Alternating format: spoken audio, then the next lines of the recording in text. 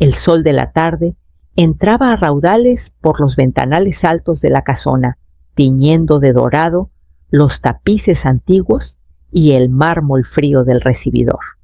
Había preparado aquella reunión con esmero, convencida de que al cumplir 61 años, lo único que deseaba era sentirme acompañada por los míos.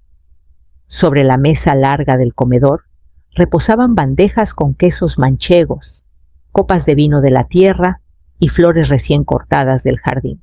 Los primeros en llegar fueron Darío y Clara. Él evitaba mirarme a los ojos, mientras ella caminaba erguida con ese aire de superioridad que se le había vuelto costumbre.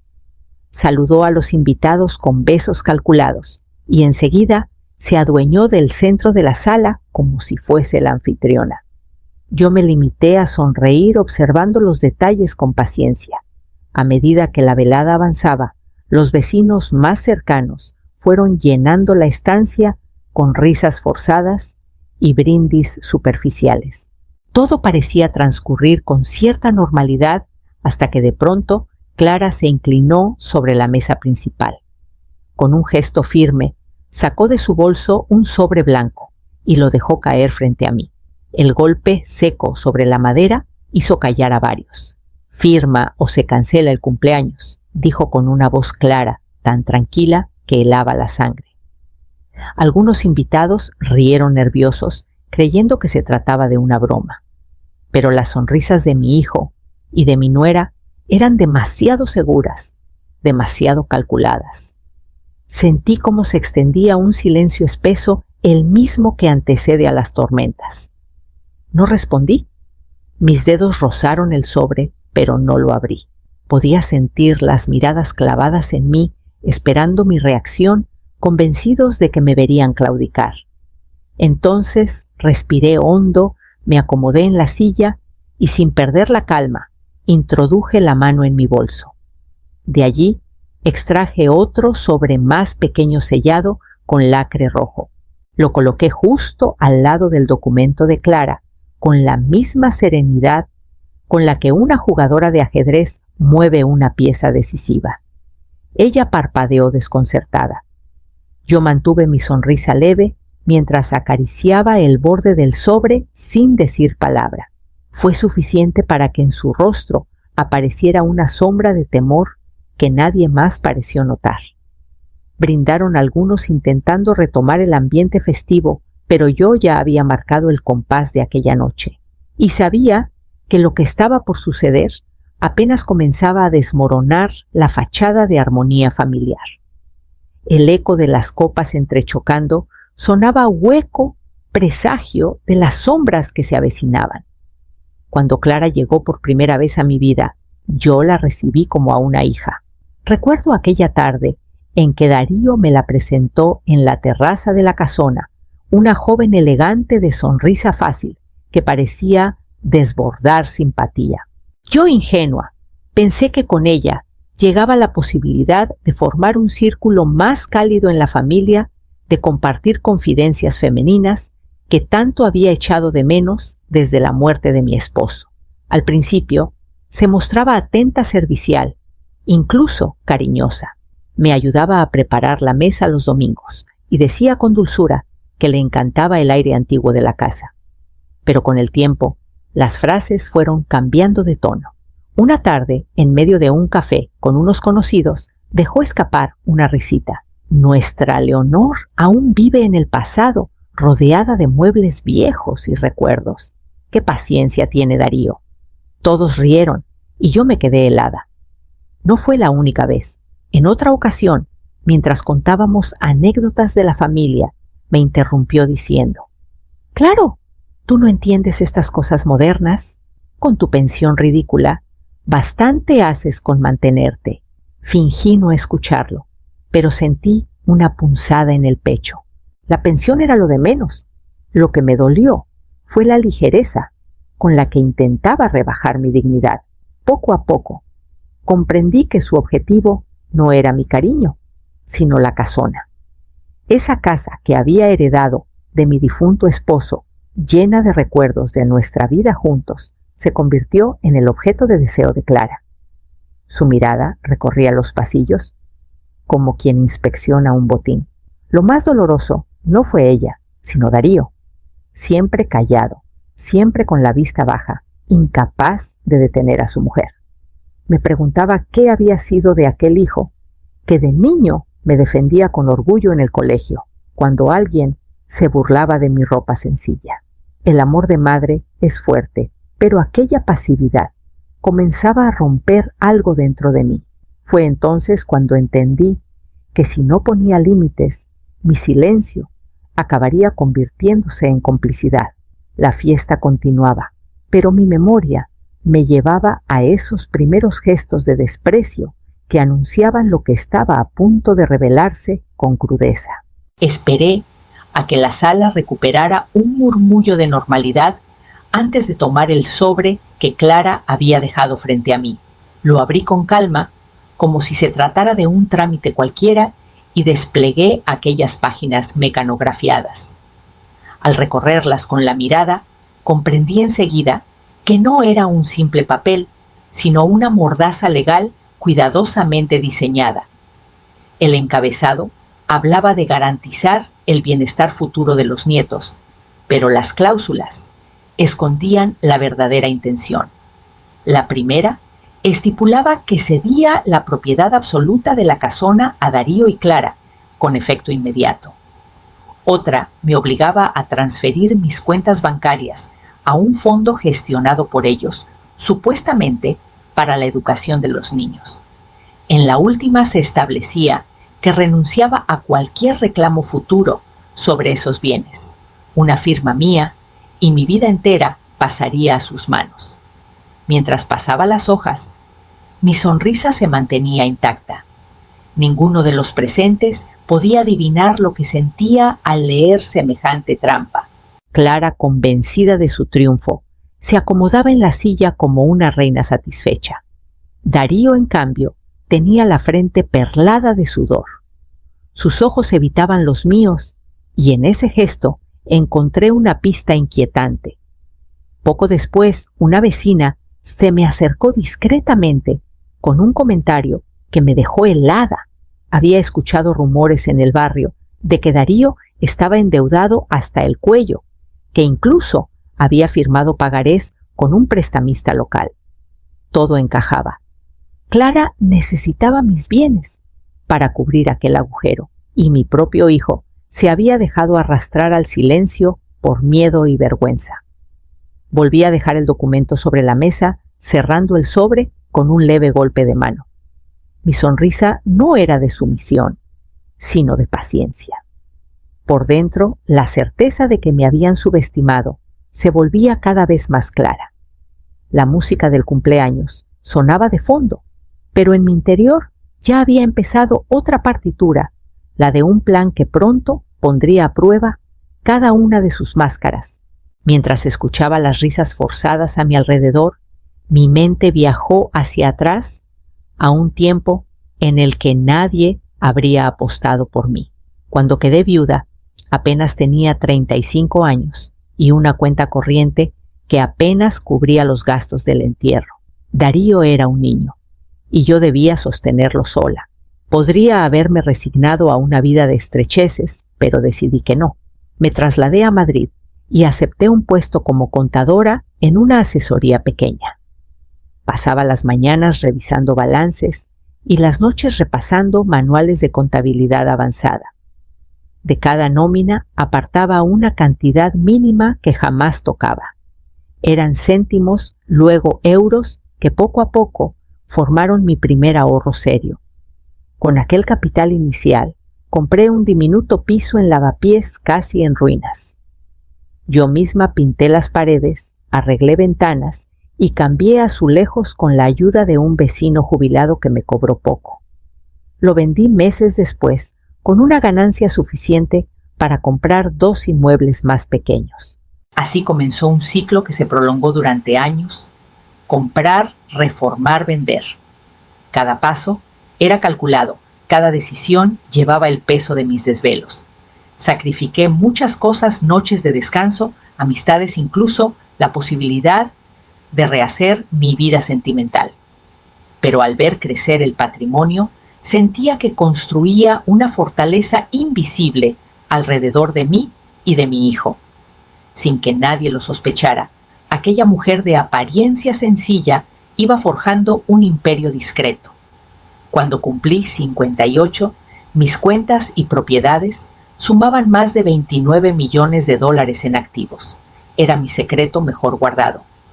Nunca se lo conté a Darío, porque quería que encontrara su camino sin depender de mi dinero.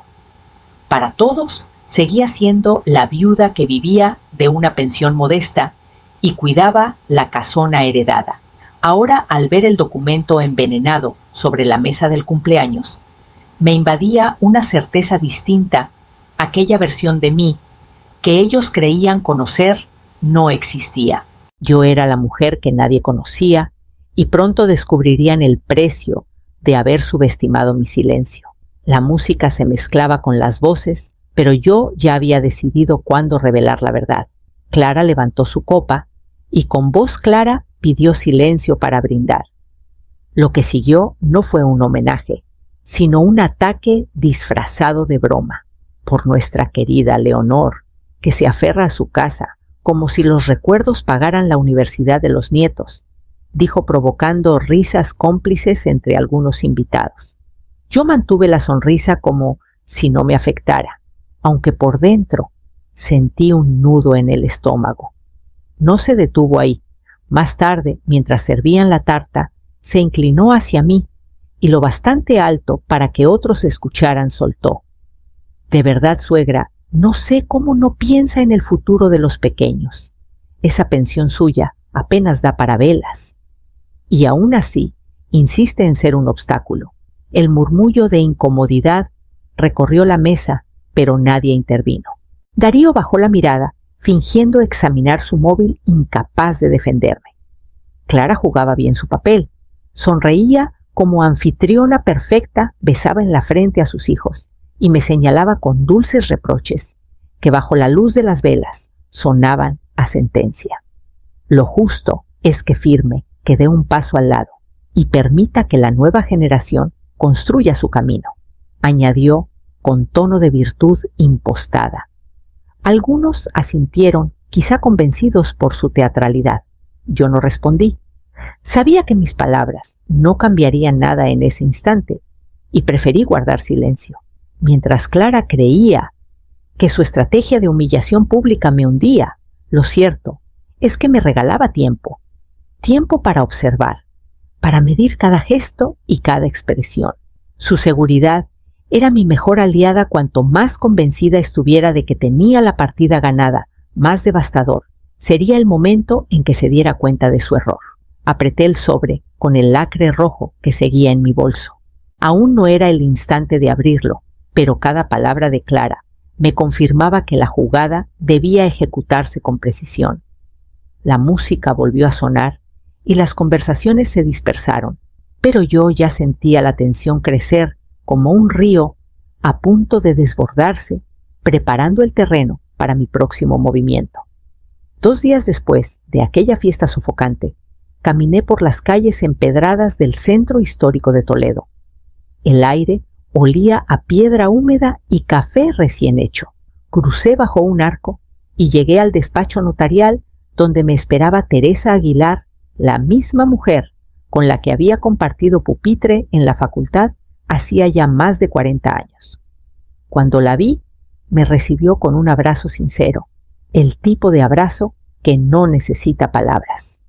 Teresa se había convertido en una abogada de prestigio, pero para mí seguía siendo aquella joven que me prestaba sus apuntes y me animaba a no rendirme.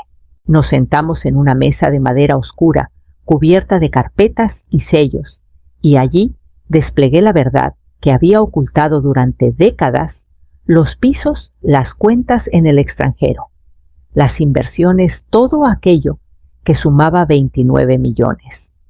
Ella escuchó en silencio, asintiendo, y enseguida puso manos a la obra. En cuestión de horas, redactó los documentos necesarios para crear un fideicomiso irrevocable. Mis bienes quedarían protegidos bajo mi único nombre, intocables para Darío, para Clara o para cualquier tercero. Firmé con una tranquilidad que no recordaba sentir desde hacía años. Era como cerrar con llave una caja fuerte invisible. Pero lo más sorprendente llegó después. Mientras revisaba antecedentes de la casona, Teresa encontró un movimiento extraño en el registro, una hipoteca reciente que llevaba mi firma. Solo que yo jamás la había estampado. La falsificación era burda, aunque suficiente para que un banco confiara.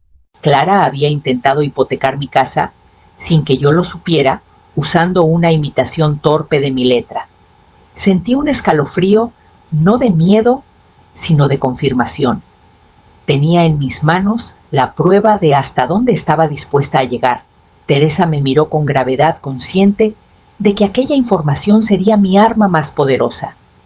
Guardé los documentos en un sobre nuevo más grueso, sabiendo que pronto encontrarían el escenario perfecto para salir a la luz.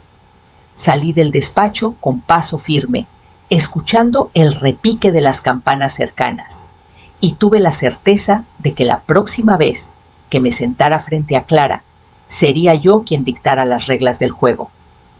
El murmullo de la música y las conversaciones se fue apagando cuando Clara, copa en mano, pidió la atención de todos. Con sonrisa teatral, levantó el cristal y dijo: brindemos por un futuro asegurado por la tranquilidad de saber que todo está en orden gracias a la generosidad de mi suegra. Las miradas se dirigieron hacia mí, esperando un gesto de aprobación. Yo, impecable en mi vestido claro, me levanté despacio y coloqué sobre la mesa el sobre que contenía aquel documento envenenado. Lo abrí, lo miré unos segundos y luego lo dejé allí intacto, sin firmar. El silencio se hizo más espeso que nunca. Clara frunció el ceño, pero intentó mantener la compostura. Con voz más alta de lo necesario, añadió: seguro que en unos instantes lo firmará. Siempre es difícil desprenderse de lo viejo, ¿verdad? No contesté. En cambio, introduje la mano en mi bolso y saqué el sobre lacrado que había mostrado al inicio de la fiesta. Lo coloqué justo al lado de aquel contrato. Lo abrí con calma y desplegué su contenido. Eran copias certificadas de la hipoteca fraudulenta con la firma falsa que Clara había intentado usar para apropiarse de la casona. Los primeros murmullos comenzaron a expandirse como un incendio. Algunos invitados se acercaron para mirar de cerca. Una vecina exclamó con asombro: «Pero si esa no es la letra de Leonor Clara». Palideció, perdió el control de su sonrisa y buscó a Darío con la mirada. Mi hijo permanecía inmóvil con la frente cubierta de sudor frío. La farsa se desmoronaba delante de todos y por primera vez Clara no tenía palabras dulces ni excusas a mano. Yo recogí las copias y las sostuve en alto lo suficiente para que cada invitado pudiera verlas. No dije nada más. El juicio público ya había empezado y la evidencia hablaba por sí sola. La fiesta había terminado en ese instante, transformándose en un escenario donde la verdad caía con el peso de un mazo, y mi siguiente movimiento estaba listo para derrumbar lo poco que quedaba en pie. El murmullo que provocó la falsificación aún resonaba en la sala cuando decidí que había llegado el momento de ir más lejos. No bastaba con dejarla en evidencia. Quería que entendieran quién era yo realmente, la mujer a la que habían subestimado durante años.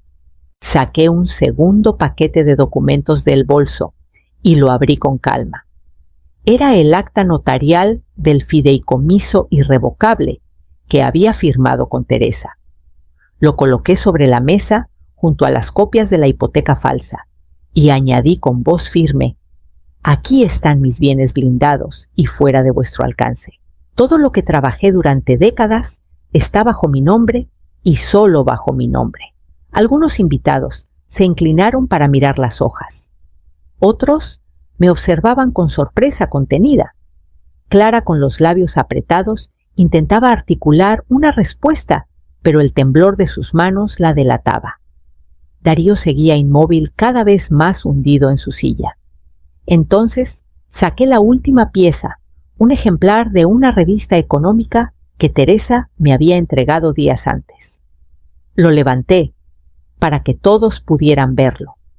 En la portada estaba mi rostro acompañado de un titular que decía Leonor Andrade, de contadora viuda a empresaria con un patrimonio de $29 millones. Hubo un silencio pesado, seguido de un murmullo creciente. Los invitados se miraban unos a otros incrédulos. Yo continué sin elevar la voz, pero con una claridad que atravesaba la sala. Nunca dependí de la caridad de nadie. Todo lo que tengo lo construí con esfuerzo, sin pedir favores ni prestarme a trampas. Ustedes pensaron que podían humillarme por creerme débil, pero yo tengo 29 millones de razones para no necesitar nada de ustedes. Clara palideció por completo, como si la sangre se hubiera retirado de su rostro. Darío intentó decir algo, pero sus labios solo emitieron un murmullo incomprensible. Guardé el ejemplar en el sobre y lo cerré con decisión. La fachada que habían levantado se había derrumbado en cuestión de minutos, pero aún quedaba un ajuste final que debía enfrentar cara a cara con mi propio hijo. Darío se levantó al fin de su silla con las manos temblorosas y la voz quebrada. Intentó hablar, pero le costaba articular palabras. Madre, yo no quería que esto llegara tan lejos. Las deudas me ahogaban y Clara me presionaba. Pensé que era lo mejor, pensé que... Se detuvo incapaz de sostener mi mirada. La sala entera observaba la escena. Algunos invitados bajaban la vista incómodos, otros murmuraban entre sí.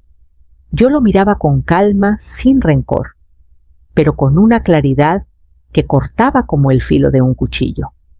No era solo su silencio lo que me había dolido durante años, era esa cobardía que ahora se mostraba desnuda ante todos. Darío dio un paso hacia mí, como si buscara consuelo, y murmuró: «Perdóname, madre, no supe cómo decirte la verdad». Antes de que pudiera añadir algo, Clara rompió en un grito que resonó en la casona. «¡Basta de farsas!», exclamó, golpeando la mesa con rabia. Todo esto era para salvarnos, para vender la casona a ese corredor inmobiliario que ofreció millones. Y tú lo arruinaste todo, Leonor. El silencio que siguió fue atronador. Los invitados, que hasta entonces habían escuchado rumores, entendieron al fin lo evidente. Nunca se trató de asegurar el futuro de los nietos, ni de proteger a Darío. Todo había sido un negocio sucio, una ambición disfrazada de preocupación familiar. Clara, desencajada, buscaba apoyo en los presentes, pero nadie se atrevió a secundarla. Darío, derrotado, bajó la cabeza y se dejó caer de nuevo en la silla, incapaz de sostener su propio derrumbe. Yo respiré hondo. Sentí que la verdad se había abierto paso sin que yo necesitara alzar la voz. Miré la casona con sus paredes cargadas de historia y supe que había llegado el momento de decidir su destino lejos de las garras de quienes la habían convertido en moneda de cambio. La luz de las velas temblaba en los rostros atónitos, mientras en mi interior se encendía la certeza de lo que debía hacer con aquel legado que tanto codiciaba. Pasaron algunas semanas desde aquella noche en que la verdad salió a la luz. La calma regresó poco a poco, aunque no de la forma en que Clara y Darío hubieran deseado. Yo tenía claro que la casona no podía seguir siendo un botín en disputa ni un recordatorio del dolor. Así que, con la misma determinación con la que levanté mi fortuna, tomé una decisión definitiva. Convocamos a la prensa local en el patio principal. Los reporteros se sorprendieron al escucharme anunciar que la casona no sería vendida ni heredada. No habría herencia para quienes la convirtieron en una excusa para la codicia. A partir de ese día, el inmueble quedaba donado a una fundación cultural para mujeres mayores, con el fin de que encontraran allí un espacio para crecer, aprender y compartir. Expliqué que se impartirían talleres de bordado y lectura, que habría clases de cocina tradicional, tertulias de historia y hasta un pequeño huerto comunitario, donde cualquiera podría plantar y cosechar. Las cámaras captaron mi sonrisa cuando afirmé: esta casa ya no será símbolo de control ni de enfrentamientos. A partir de ahora, será un lugar de libertad compartida. Los vecinos estallaron en aplausos. Muchas mujeres del barrio se acercaron a darme las gracias, algunas con lágrimas en los ojos. La casona, que antes parecía un espacio cargado de silencios tensos, comenzó a llenarse de voces alegres, de pasos apresurados, de nuevas ilusiones. Un día, mientras las obras de adaptación avanzaban, vi pasar a Clara y Darío por la calle. Se detuvieron frente a la verja, contemplando el bullicio.